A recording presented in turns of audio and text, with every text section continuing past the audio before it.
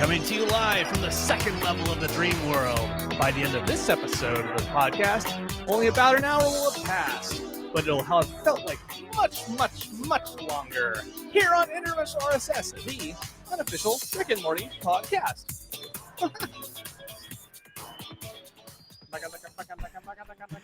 Hello, everybody. I'm Travis. Hello, everyone. I am Brandon Cruz, and welcome to the show where we talk about things related to the things that you want us to talk about. If those things are Rick and Morty, if the things you want us to talk about are Rick and Morty, you have come to the right place. If it's anything else, check out our other podcast, WrongPlace.com. Anywhere else. Yeah, welcome. This is the show where we talk about Rick and Morty, even when Rick and Morty is not on the air. That is accurate. We're gonna get there. We're gonna get there. It's only a few short months until November, so you hang in there, everybody. Hang in there. You're like, be like that cat. Be like that cat that you always see in those pictures, and you're like, man, that cat has to be dead by now. Like, when did they take that picture originally? 1974. 1974. That cat, it was too busy hanging that it never got to live a full life, have a family. And he spent all his time hanging. That's what I'm saying. He worked his little claws to the bone. Never made time for family. Anyway, this is Interdimensional RSS, the unofficial Rick and Morty podcast. If you would like to connect with us in the social media spectrums, you can head over to Twitter and follow us at Rick and Morty Pod. You can head over to Reddit. That's rickandmortypodcast.reddit.com. That is our subreddit. Or go to the official subreddit, rickandmorty.reddit.com. Follow us on Instagram, Rick and Morty Podcast on Instagram. And you can get all of our episodes and information about this show over at rickandmortypod.com. That is the website exclusively for this podcast. Additionally, there's facebook.com/rickandmortypodcast, and you can send us an email, rickandmortypodcast@gmail.com. Don't forget, kids, don't forget to follow us on Twitter, or not on Twitter, on Twitch. There's too many T things. Follow us on Twitch and YouTube. If you want to watch live, you can follow our social media outlets to see when we go live, so you can watch these episodes as we create them on YouTube and Twitch. And finally, you can support this show and all of our other podcasts over at patreon.com/rickandmortypod, where you can give us money. Yeah, give us money. That's what we're really in this whole That's thing what we're in it for. We're in it for the money. We don't care about interaction, meeting new friends, meeting new faces. We don't care about any of that shit. We care about the cold green cash. Yeah, and maybe some we coins. Can make that podcast for money. The podcash, is that a thing? It probably is. It's like Bitcoin. People mine podcasts. We should start our own cryptocurrency called Podcash. Shit. Okay. Oh, this is going out live. Someone's going to take our idea, and we have a whole podcast to make. We ain't got time. Trademarked. All right. Well, other than the new hot cryptocurrencies that are out there, it's time for us to talk about everything that's happening in the world of Rick and Morty in semi-pertinent news. Semi-pertinent. Oh, no, let me start that again. Semi-pertinent. Oh, wait, no, hold on a second. Let me start that again. Semi-pertinent news today for yous. Wait, no, let me start that again. Semi-pertinent. Start that again. Brennan. Listen, you know I love your improvised and hilarious segment music that you've been doing for like 75 episodes. You've been going strong. But if there's ever a point in time when you feel like you need to up your game, and you need to create some chip tunes or some sweet beats for those intro music moments, have I got the product for you? I like how you're segueing this. This is you can't call out the segue. We've talked about this, Brandon.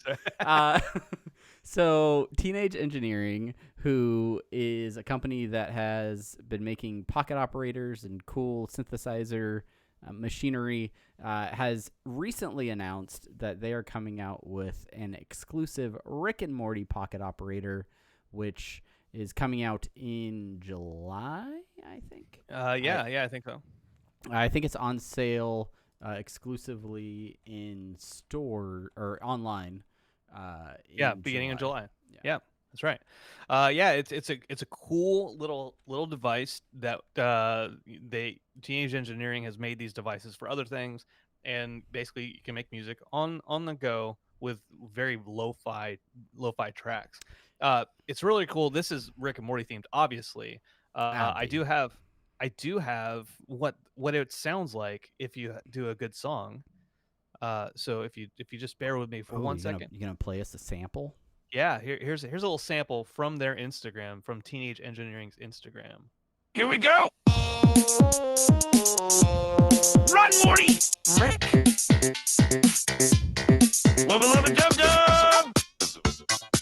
You have to have a pretty high IQ to be able to operate this little piece of gold. Man, I want one so bad. Like, I am nowhere near as musically inclined as you are, Brandon, but these little pocket operators have been one of those things that's sort of been floating on the fringes of my interest for a long time. Yeah. Spencer Crittenden, who is that right? Yeah. Yeah, you got it. Spencer. Our friend. Our friend yeah, Spencer Crittenden. our good friend that we've never met. Tell him we say hi, everyone. On their podcast, shoot, what is Master Manual. Master Manual Pod. Yeah, so all of the music on there he made using one of these little like like he's played around with them. So I don't know, and like I was like, that's really cool. And then obviously if you go and check out this particular Rick and Morty themed pocket operator, it's got those voice lines already built into it, but it's also got like a little LCD screen with some Rick and Morty characters on there, and you can animate some little bits. There's a couple of versions of a Rick and a Morty. There's a Plumbus on there. There's a portal gun, a few other little things. So you can. This is just a cool like little device. It's got a microphone on it, so you could create your own samples as well. I mean, I don't know. I think it's really cool. And yeah, so head over to their website. If you go to just teenage.engineering, you can check it out. Or find get one. If you've played with one of these, let us know. Send us your beats. Or get one. If you don't have one, get one. And yeah, if you've played with one of these, or you've made some really cool beats, shoot us an email. Like send us an email at rickandmortypodcast@gmail.com with some of your sweetest beats, and maybe I can convince Brandon to play them on a future episode. Yeah. Good luck. Good luck trying to get me to do anything nice and musically inclined. You have on that. This show. You have that sweet Rodecaster Pro. You could just hit a button and. Which by the way, I'm not using tonight. It's so much easier to use my 2i2 until stability is a thing with that Rodecaster Pro. That's a topic for another podcast. We talked about that. You know what? I could use that somewhere. Probably to make music live, and where best to use it live than probably a comic convention somewhere. Which brings me to the topic that I'm going to talk about just for a few minutes. So we talked about it on Apathetic Enthusiasm. If you listen to that show, which I don't think that you do, but if you do, hey, great. Sorry, it's going to repeat for you, but no. So not this last weekend, but a couple weekends ago, I went to MegaCon Orlando, and I had a Rick and Morty panel that I ran. The whole alternative Rick mentions, a Rick and Morty fan panel. I originally wanted somebody else to do the panel with me. I couldn't really find anybody. Maybe I didn't look that hard, or maybe I didn't trust anybody else other than me to do it. But I went out there and I got up there, and thankfully season 4 had just been announced. And so I said, hey, here's the deal. I want to do season 4 and talk about season 4 stuff and where the characters are and where they're coming. Now, you might say to yourself, hey, self, I'm listening to this podcast. This is fun. I would have loved to have seen that panel or heard from that panel, but I didn't get a chance to go. Well, have I got some news for you. Pertinent to this topic. I had done so much technical prep in addition to the actual topic prep that I was like, okay, cool. I have a little handheld recorder that'll capture my voice directly. I'll have an iPad that will capture the ambient audio of the room, and then I'll have my laptop that it's recording the video, and it's going to be great. And I made some scenes in OBS with your help, Travis, and immediately all that stuff, fell apart, like immediately at the start of the panel. So there's no record of it other than a few pictures, maybe like a snippet of video. There's no evidence that you ever actually did this panel, other than photos which could have easily been doctored. Easily. That we live in an age of Photoshop. There's no proof you actually went to this comic convention at all. That's very, very true. No proof at all. But it went really well. There was a really good turnout. I'd say 50 to 75 people. I know that's, there's a big gap, but we had some good topic. I did some trivia, did a Rick Wubba Lubba Dub Dub voice competition. And there were some good thoughts from the fans who showed up out there. Some interesting theories. A couple that I want to highlight. There were the kind of evil Morty is Rick's original Morty. There's that. The classics, the classic ones we've heard. The classic. There's ages. one that I didn't really hear about before, and that was that Rick and Unity had a baby together, and that Beth is, the offspring of Beth or Unity and Rick, which I hadn't heard before, but I thought that was kind of an interesting. Oh yeah, that's different. It's different. I'd never. I mean, Unity is not one person per se, so that's a really weird spin on Unity as well. Exactly right. There was a question about Beth being a clone, and not necessarily Beth being a clone, but if Beth is a clone, the one at the end of season 3, what it would be like if clone Beth or the real Beth came back, and what that kind of conflict would be between them. Yes. And I thought that would be interesting. Similarly, like we've seen how Jerry is with the whole, Jerry Baree. Now he acts with other Jerrys. Yeah. It'd be interesting to me how Beths act with other Beths. Beth multiverse. Yeah. Yeah. Also look for my new ska cover band, Child of Unity. That'll be touring the with your teenage engineering device. Yeah, we're gonna be touring the tri-state area this fall. And then there's one more theory. I didn't fully grasp it, but this gentleman, an older gentleman, was there, and he was describing how he feels that like there's a metamorphosis going on of the character of Morty, and how Morty eventually becomes like a Beth, and then a Beth becomes a Rick, and it's like a larva, pupa larva, whichever one comes first, butterfly kind of metamorphosis. And my friend, cool. And I mean, I had just had a conversation about acid and shrooms with my buddy Gary. And not more than like an hour earlier, so I was like, hey man, this is really cool, but I need to be a little bit more high to fully was that your response to him? Yeah. I think he flipped me off, and he like burned down the place. Typical MegaCon stuff. But yeah, no, I mean, those are some interesting theories. We've talked a lot about how there is some clear character development, especially with Morty, and how from the very start of the series he's been like this helpless, like incapable, nothing, and by the end of season 3, even he has a lot more agency, and he stands up for himself a lot more, and he doesn't just take everything that Rick gives him, but he does challenge Rick on some things. Yeah. So, I mean, maybe that makes him more Beth, but realistically, I think Beth is so much of a person seeking Rick's approval, regardless of what Rick does, that seems very different from sort of how Yeah. Morty behaves with Rick. Yeah. But, Yeah.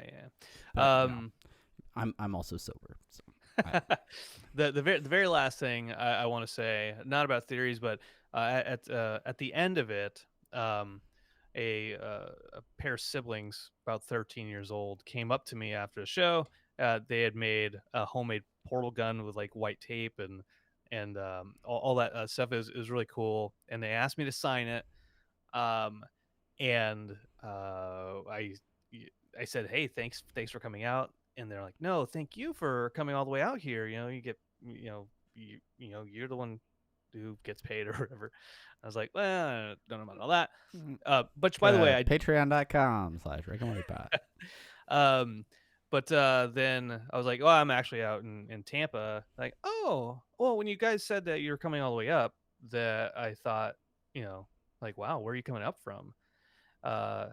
And I was like, oh, do you listen? Do you listen to podcasts? She's like, yeah, sure do. I was like, oh, well, holy hell. People actually listen to this.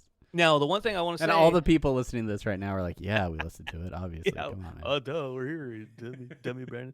I didn't catch their names, and I think that's my weird. I'm sorry if you're listening to this. I'm sorry I didn't ask your name. Send it to me so I can be like, I'm sorry. But thanks for coming out and letting Brandon sign your cool homemade portal gun and making it, and ruining it for you. Everyone. Oh, the very, very last thing. I'm very, very bad with being self-deprecating when I'm in front of a lot of people. And I finished the panel with, thank you everyone for showing up. I really, really appreciate it. I'm gonna run away now because I'm a complete introvert and I'm scared of you. And I was told that's not the best way to end it if you're trying to get new listeners. So if you did happen to listen and you're listening now from that, thank you. Please talk to me next time. Yeah. Brandon will make himself available to people after any future panels. That's right. All right. Well, great job at MegaCon. Thank you. Oh, I'm pulling a Rick here. I'm burping. Thanks for doing that. Sorry I couldn't be there. I wish I could have been there. We need to find a good like middle ground between the two of us where there's a convention that we can both drive equidistant to. So whatever that convention is, somebody let us know. Dragon Con. Oh yeah, okay.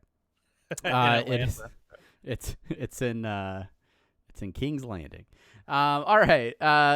You wanna fill us in on some comic news? We got a special event going on in the world of Rick and Morty comics. Yeah, absolutely. This one will be real quick because I wasted all of my my Brandon talking by himself time on the MegaCon stuff. But Rick and Morty comics at Oni Press, they just released their number 50 issue, Big 50. 50. And so a couple cool things cover wise. In honor of the 50th, they released a five issue of the first 5 issues of the comic ever, but they're connecting covers, and it's showing them the Smith family and Rick fighting Gromflemites in front of the house. Nice. And it's pretty cool connecting all those. Then there's a 2 cover variant which is a connecting cover for the actual issue 50. And then there's a couple other cool variants that are incentive covers, which means that the comics shop has to order a shit ton of actual number 50s, and they'll get one of these variant covers. And those ones are really, really cool. Those are a picture. They're animated images of Justin Roiland and Dan Harmon with the characters that they play on their shirt, and it's like half their body is. Yeah, it's like a cross section kind of. It's like a cool kind of like painted where, what are those vinyl figures? They like do the cutaways on them, and there's like a skeleton inside. Yeah, that's what it reminds me of. You can find them at like Costco. And you're like trying to teach your kids physiology. Yeah, or they just like medical. Medical journals. Yeah. Grey's Anatomy is it's just what, yeah. So those are really cool. Those are expensive. If you get a couple, send them to me for free. Okay. And then the issue itself is just a variation of Morty's Mind Blowers. So it's a compilation issue. similar to like Interdimensional Cable number 3. I forget which issue that is. But most of the stories are written by let's see, Kyle Starks, Teenie Howard, and Benjamin Dewey, Josh Trujillo, Mark Ellerby, and Sarah Grayley. And what I like about it, they use the mind blowers in order to get different artists, different style artists. Yeah, so you could do different art styles in each of the Yeah. mind blowers. Yeah. And so I really like that. I won't give the plot away, but hey, it's Morty's mind blowers, so there's not really much to give away. There's one part that I have an issue with, comic issue, and it's we thought Starbucks in Game of Thrones was bad. The water bottle behind one of the characters' legs in the final episode was bad. They say. Rick says a line in there. I wish we could get a hold of Squanchy and Birdman. Squanchy and Birdman. I'm like, Harvey Birdman. You need to edit your shit. But anyway, This that's it. This is a 50th issue. We gotta get this right. Kyle Stark's friend of the podcast. We appreciate all the work that you do on the yeah. Thanks for coming on the show that one time.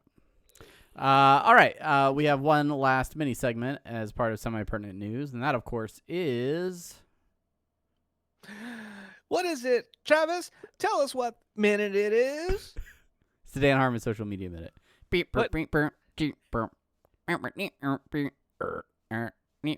That's my pocket operator voice. All right, Dan Harmon Social Media Minute. As we all know, Dan is not on Twitter, so he only spends time on Instagram. But he is tearing it up. And over the last couple of weeks, we got some great glimpses into the writer's room and the creative process. And there's a great photo set on Dan Harmon's Instagram with the caption, "The amount of season 5 ideas Rob Schrab can come up with in a day is just awe-inspiring from a certain distance. At which I should have stayed."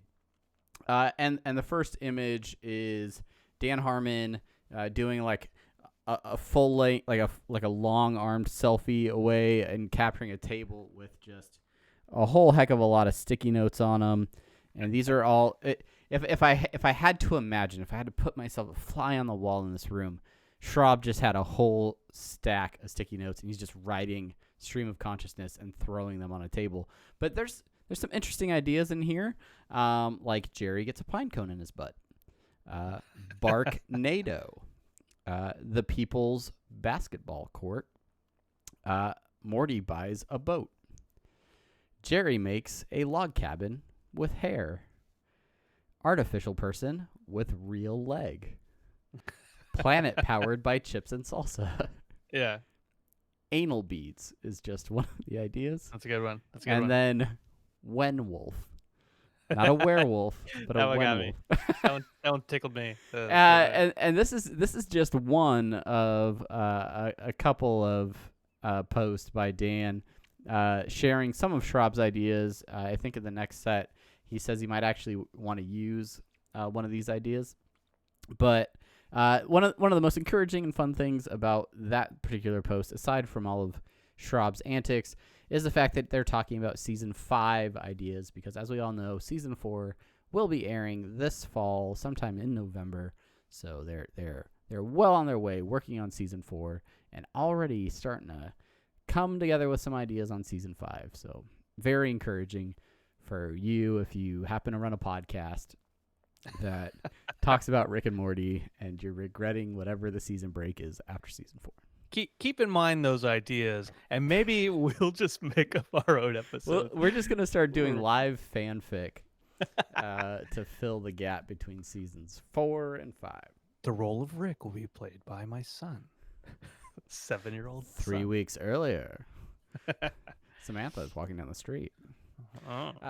All right, that's it for semi-pertinent news. If you see any cool Rick and Morty news that you think we should talk about on the show, hit us up on social media or send us an email so that we can cover it in a future episode. All right, let's see. What's the next thing? Oh, yeah, it's time for the main thing.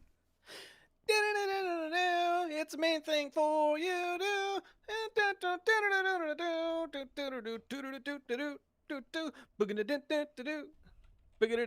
I've been listening to a lot of like Mega Man covers on Spotify, and I love those songs. That wasn't a good like indication of Yeah, my but love for you're Mega just Man. into it. You know what you should do, Brandon, is you should get yourself like a pocket operator where you can make your own little like Chip tunes. All right, all right, everybody. We're gonna be talking about like we did in our last episode. We are taking a different look at some of our favorite episodes and looking at them through the lens of the pop culture media, the different sources that inspire some of the storylines in these episodes. So yeah, we are talking about the Inception episode, Lawnmower Dog. This is episode 2. 2. 2. I don't do Chewy. That's one of my favorite Simpsons jokes. Is Homer's asking Santa's little helper for ideas in his writing. He's like Homer's like a chef. He's like, the food was. He looks at Santa's little helper. Rough. It kind of tasted like bark. The shrimp was chewy. Santa's little helper says chewy. Okay. Anyway. Anyway. It's episode 2. It's episode 2, and I don't know why we skipped straight to Anatomy Park, but we did. because we just wanted to talk about that episode. We weren't trying to do them in order or anything. We're just like, yeah, Jurassic Park. Let's talk about that one. That's right. That's right. Yeah, you're right. You're right about that. But yeah, Lawnmower Dog. So as we did with Anatomy Park, we're not talking about the episode itself. We're not doing an episode recap. We just want to make sure we highlight some of the stuff, the references from films and TV shows, if applicable, of those particular episodes. Yeah, and this episode in particular, like, really takes like 3 major ideas, like major movie plots, and crams them all together and sort of like mix them together. Like, dreams are sort of an overarching theme throughout it. So there's a couple of references to movies that really rely on dreaming for their plots. And then there's the Lawnmower Man that is obviously in the title of this episode.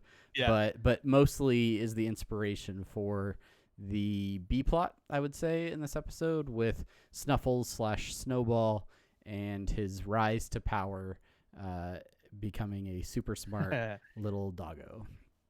Super smart little doggo. Yeah. So I mean, let's start with the title itself, Lawnmower Dog. Something I find interesting, maybe not so much interesting as in, wow, I must be the weird one, is that a majority of people have either never heard of Lawnmower Man, or have never, if they have, they've never actually seen the movie. Lawnmower Man was, I am in category 2. You've heard of it, you have not seen the movie. Yes. Probably because I've said Lawnmower Man to you. No, I will tell you why. Because my father spent several decades of dedicated service as a landscaper for San Diego County, and he often referenced Lawnmower Man because he rode a lawnmower for his job. He was Lawnmower Man. Yeah. Okay. All right. Yeah. So, but he's like, but we're not watching that. We're not watching that movie. Yeah. What an insult. When I was like 9 years old when this movie came out, it was not the type of film I was particularly into. So I'm pretty sure he saw it and he knew about it, but it was not in my wheelhouse. Well, I think you would have loved it, and it would have spurred your love of VR. So for those who don't know what Lawnmower Man is about, just real quick, a scientist is running experiments on how to increase intelligence, and he uses Travis has his VR headset on to emphasize this point. So he ends up taking his work home with him, and there's a local lawn service where there's a man who is not very smart and has very, very low IQ, and he's like, so Pierce Brosnan, the scientist, decides, hey, Jeff Fahey, this guy, his name is Job in the movie, you want to try out my game? And eventually Job becomes very, very intelligent, and so much so that he has superpowers in a way and becomes a bad guy.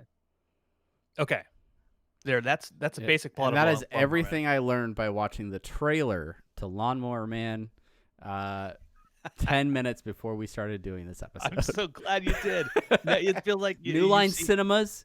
That's in the show notes too. 1992. Yeah. It's very similar to Flowers for Algernon. If you've ever Yeah, I read that book as mandatory reading in middle school or whatever that was. But when we come back to Rick and Morty in this episode, Rick is Pierce Brosnan and Jeff Fahey is Snuffles / Snowball. And I put a special note in here. Brandon watched too many shitty things as a kid to understand this reference. Nice. And you wrote nice. Yeah.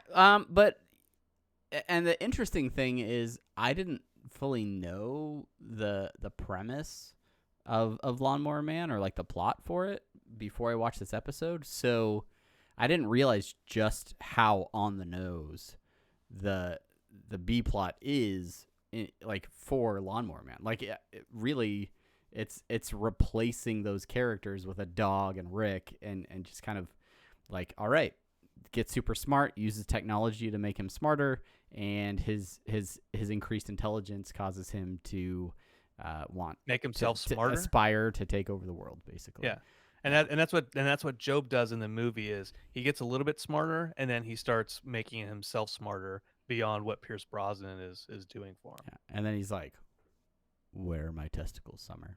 And then they have a sequel, Lawnmower Man 2, and it sucks. Is it like is Well, they it both like suck. fun for the whole family and it's like a bunch of dogs living on a planet together and it could be like Like board like driven? 11 minutes and like board driven and stuff? Like is that It is, yeah. It is on that note. It is based. Well, it's very very loosely based off a Stephen King short story, which Stephen King actually sued New Line Cinema to take his name off of it because he's like, this has nothing to do with my story. Get Well, it out of here. that's like saying that the Running Man movie was based on one of the Bachman book stories. Like, yeah, it's very different. For more on that, check out episode Apathetic something of Enthusiast. Apathetic Enthusiast. Okay, so there's that. I although to Inception from this, I do want to make a note that also the whole Snowball taking over the world as far as a hyper intelligent, previously animal-like animal, is very reminiscent to any of the Planet of the Apes movies. I didn't put that in there directly, but when you said like, oh, it's like 3 ideas wrapped into one, there's also the Planet of the Apes in there. So let's make it a quadfecta. Especially that like montage of them like taking over society and tearing down our monuments and dumping all of our testicles into a trash truck. Like all of those things are Snowball is Caesar, Yeah, sure. Yeah. We are not them. We are not them. All right. The big Dream Level 2, the movie that is referenced directly within this episode is, of course, Inception, the film from 2010. It's crazy to think that movie is almost 10 years old already. Yeah, right.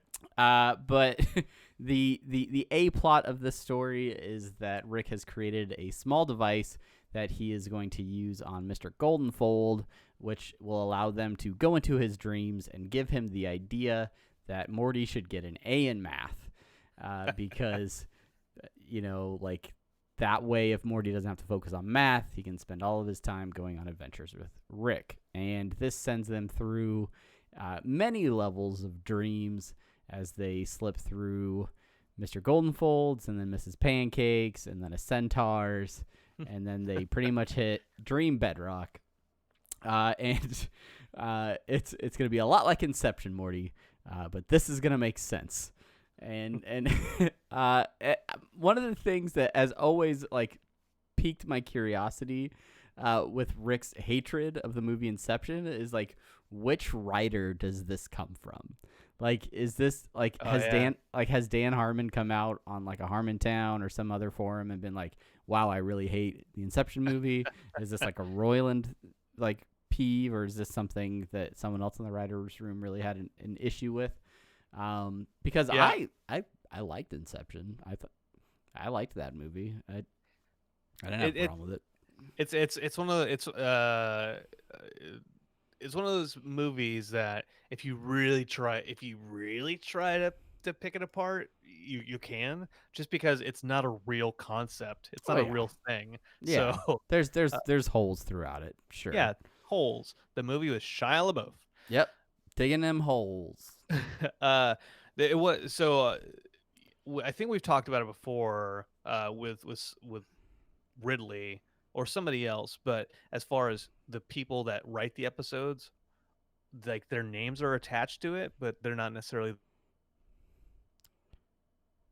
Ridley is the writer for this episode. Yeah. So Ridley is the writer for this episode. So his name is slapped. His name is on it, but like all of these episodes is a team effort. So yeah, like exactly. any one particular joke or thing could have come from a team of people, and then it gets worked on and workshopped, but they're the person that's like sort of given the responsibility for like writing it all out and then allowing it to be picked apart. So yeah, good job. Oh, what a joy! Good what job. A joy on that.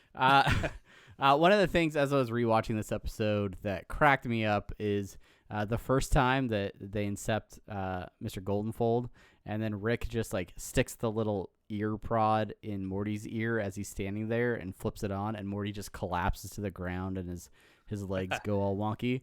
And then like Rick goes and comfortably sits in a beanbag chair and like fluffs it before he turns his on and peacefully falls asleep.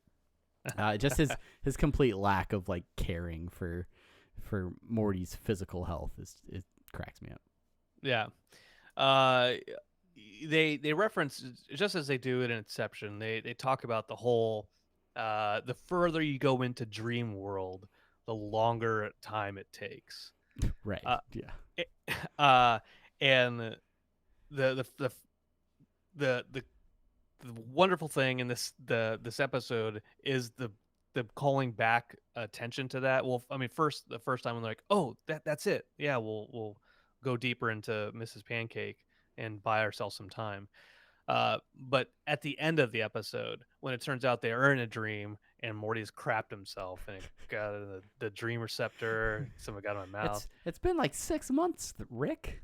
Well, actually, like every hour is like a minute, and like dogs' lives are like 7 times a person's life. So like, it's every day is like a minute in real life or whatever. It's such a clever way to reference that movie, reference the convoluted time structure of it.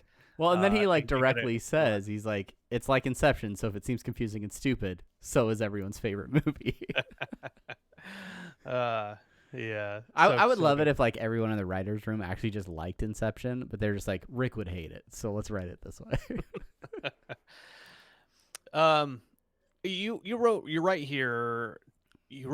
Dream Bedrock versus Limbo. Yeah, and the reason I brought it up or put it in the show notes for being brought up, and then you brought it up, is that concept of limbo, that lowest level of dreaming in Inception, where time like lasts, for however, like for like ever, like you, and it's a really weird and kind of strange part of the movie Inception, but the way that they replicate that, or at least sort of refer to that in terms of this episode, is when they hit Dream Bedrock and they get into the area where Scary Terry is, where they try to incept the little creepy girl that's jumping rope, and they just end up in the same place because they can't seem to go any lower until they do, and they incept Scary Terry later. But that's whatever. That's semantics. It doesn't really matter. But yeah, Holes. So holes. And if it doesn't make sense or it seems stupid, so is everybody else's favorite movie. So Shia LaBeouf. But yes, Dream Bedrock is sort of this lowest level where they can't really escape anymore just incepting more people, and so they actually have to face whatever they are up against. And in the case of this Dream Bedrock, that is Scary Terry, a fan favorite, a beloved character, and what were your first thoughts when you saw Scary Terry, being a huge horror movie fan and a fan of Freddy Krueger and things like that? When they're running away from him initially, well, when they got into the dungeons, I was like, oh, look at that, the boiler rooms, like there it is, Nightmare on Elm Street. Oh my God, that's crazy. That's such a cool way to tie Inception to Nightmare on Elm Street. And then when Scary Terry showed up, I saw the swords. Yes. On his fingers. Legally safe ripoff of a 80s horror character. I was just it killed me because I'm a huge fan of Nightmare on Elm Street and horror in general. It was a perfect storm of these different references that it spoke to me, and thinking about it in that way, tying all these like similar themes with the whole dreams portion,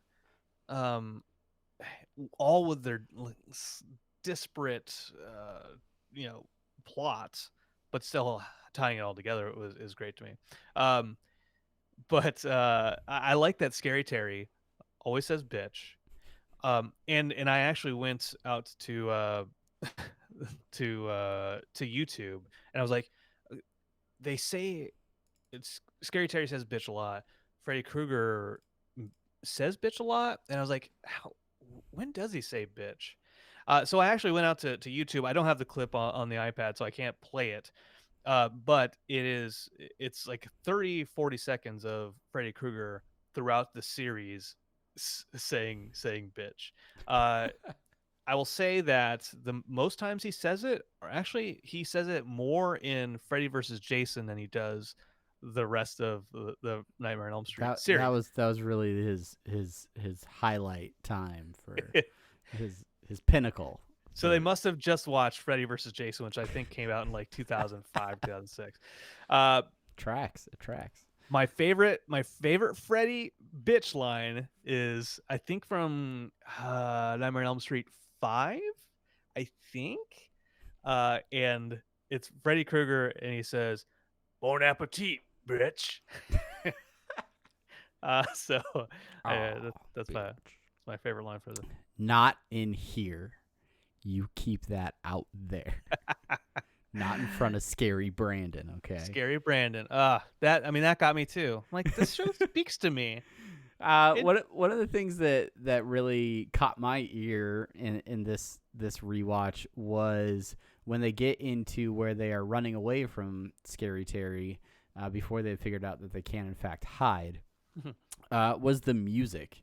And it's very much like that 80s synth kind of type of music. So like huge kudos to Ryan Elder for his work on putting that music together, because it like that style of music just screams like 80s horror to me. That sort of, I don't know, the Halloween music that's just so iconic for that series.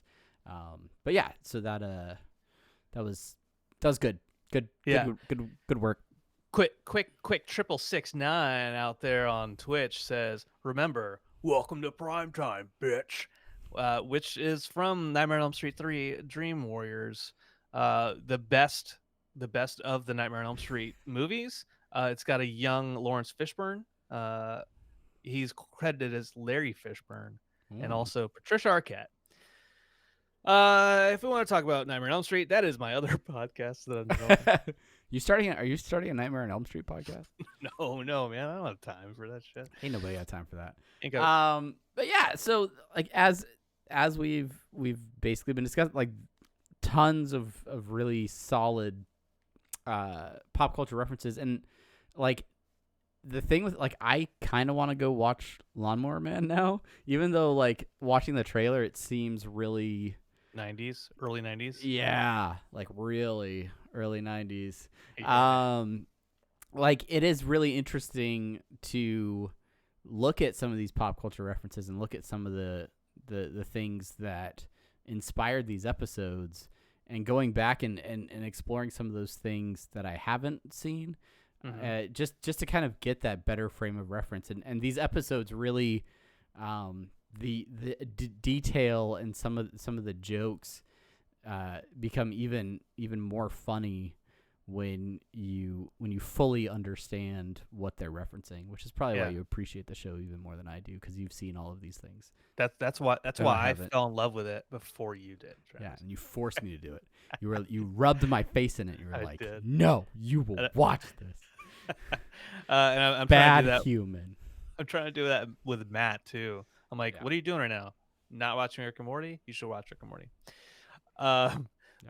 The last thing that I want to say about the Freddy Krueger stuff is I didn't catch. I think we've talked. I had to have mentioned it at some point in time whenever we covered the episodes 2 times.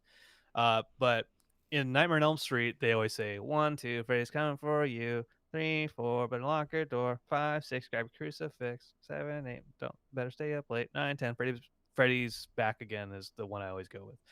Usually that's when he comes back. In this one, they cleverly, I think this is the second time I said clever, they used the little girl jump roping, but she recites this song. A, B, his name is Scary Terry. C, D, he's very scary. E, F, he'll design your death. J, K, he'll really ruin your day. Q, R, you won't get very far. And like, these Look guys at these using guys. the alphabet. Look at them. What? Where's all the letters in between? That's another topic. Like, the other letters didn't rhyme, Brandon. So they're like, just pick letters that rhyme. Don't waste too much time on it. Nobody. It's not like somebody's gonna start a podcast and like hyper analyze this. Just write a song. Don't worry about it. If you can come up with the other letters, I will give you a special shout out here, which gets you nothing other than a shout out. Yeah. Shout That's our out. next segment, which we're almost to. We got a couple of special mentions about this episode. You wrote Airbud. I don't truly believe there's an Airbud reference in this, but I could. Are you doing me right now? Are you doing me? Of course, there's an Airbud reference. They special mention as far as, so really this makes it 5, right? Lawnmower Man, Inception, Nightmare on Elm Street, Planet of the Apes, and Airbud. In the moment that Snowball is on the couch when he just has the claw one. Oh, and they're flipping through channels. And the dog is jumping up to do the basket. Yes, that's Airbud. Airbud. That's Airbud. You're right. You got it. Yeah. So then it's also referencing nature documentaries. Nature documentaries also being referenced. So add that to the list of things being referenced in this episode. Yeah, it's referencing Best in Show, the classic. Love that movie. Classic mockumentary. You know. Yeah. And I just wrote the words Best. "out of the frying pan." ...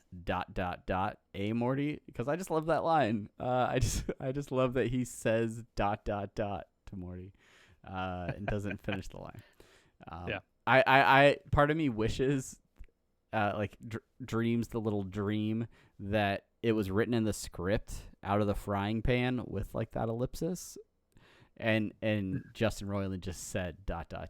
and they kept that take. I don't know. We'll never know. There's no way of knowing. Maybe we may never know. We probably can't ever know.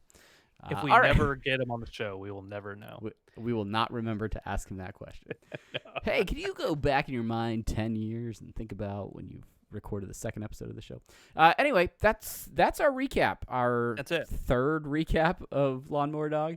But hopefully you enjoyed it. Hopefully, if you haven't seen any of these movies, we, for the most part, recommend you go and check them out and let us know what you think. Let us know if there's any major sort of things that we missed from any of these movies. But yeah, go check them out and let us know what you guys think. And it is now time for listener suggestions and short outs. Thank you to everybody that is watching live on stream right now. So Lucid, Quick 6669. We also had, who else do we have in here? At the top of the show, we had Solo God Killer. Oh, that's an impressive name. And everybody else that's not communicating in chat, thank you for hanging out right now. So Lucid wants to know about why we didn't talk about making an intergenerational sandwich. I'm pretty sure that comes up in the last time that we reviewed this episode. We will not be talking about Mr. Goldenfold's repressed dreams. Predilection. Of underage summer. But, I'm glad that sticks out to you, Kevin. Kevin.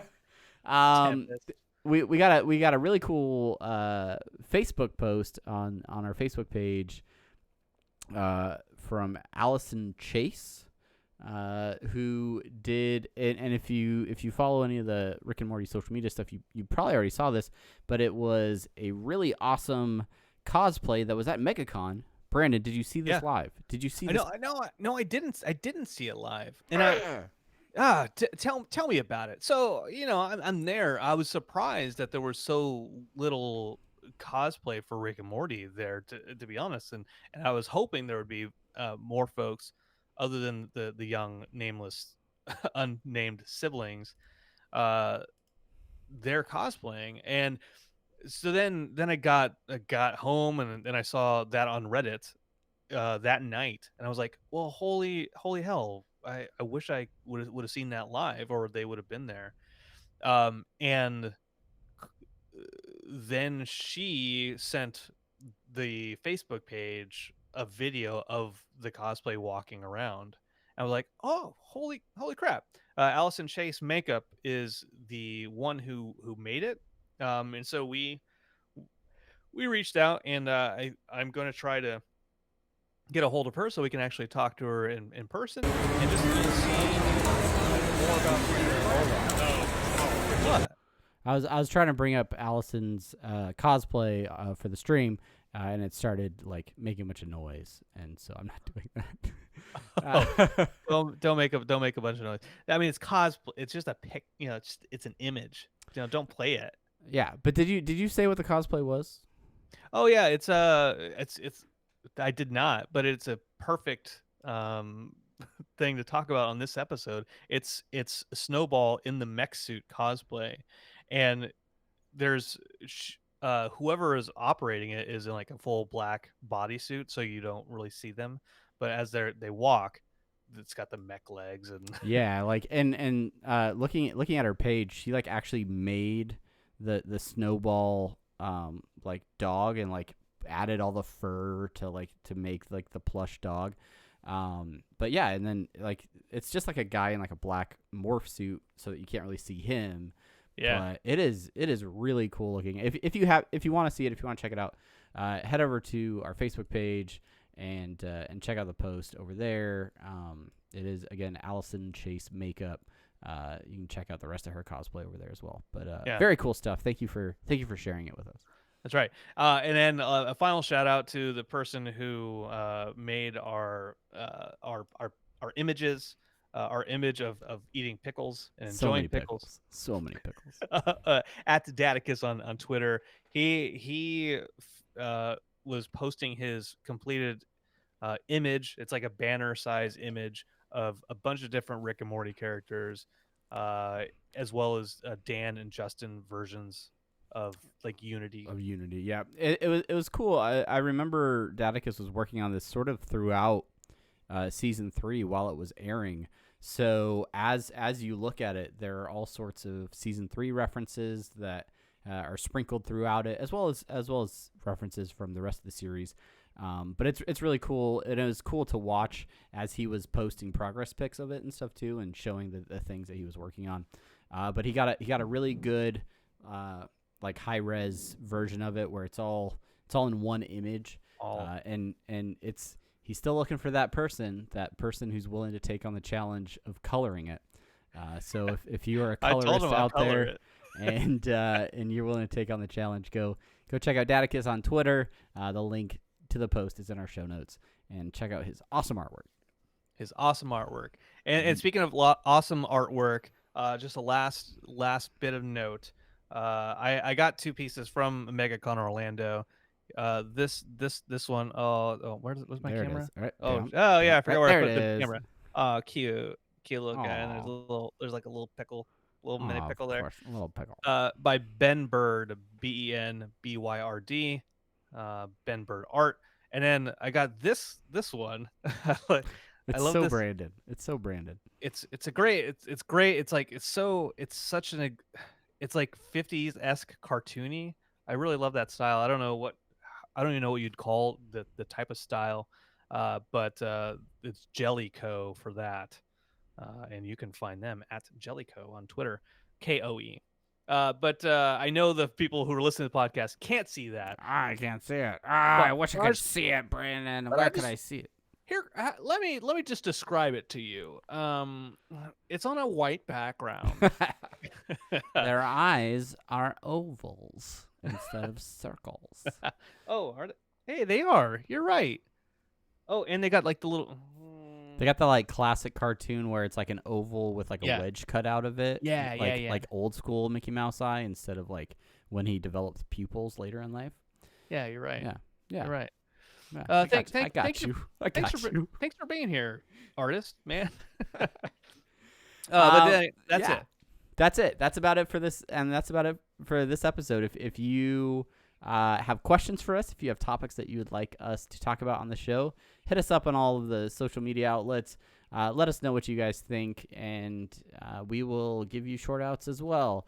Thanks to everybody that continues to be part of the community over on Twitter, over on Facebook, and share our posts with people. Realistically, we can't thank you guys enough for the overwhelming support that you guys continue to give this podcast, even in these dark times as we wait for season 4 to roll around. But it's a lot more fun doing this when you guys share your thoughts and continue to share these episodes with your friends. So That's right. Thank you for doing that, and share this episode. Share your favorite episode of this podcast with somebody on social media, and it will continue to help this community grow. Thank you guys. That's right. For your support. All right, because it ain't no fun if the homies can't have none. Guess who's back in the mother house with a fat for your mother house? Okay, sorry. That's the only rap song I know. Wow, that's Snoop Dogg. What's up? That went weird for a second. All right, that's it for this episode. Thank you guys so much for hanging out. If you want to see the video version, head over to Twitch or over to our YouTube channel. And that's it. We will be back in a couple weeks with another episode. Until then, I'm Travis. And I am Brandon. And thank you for your time.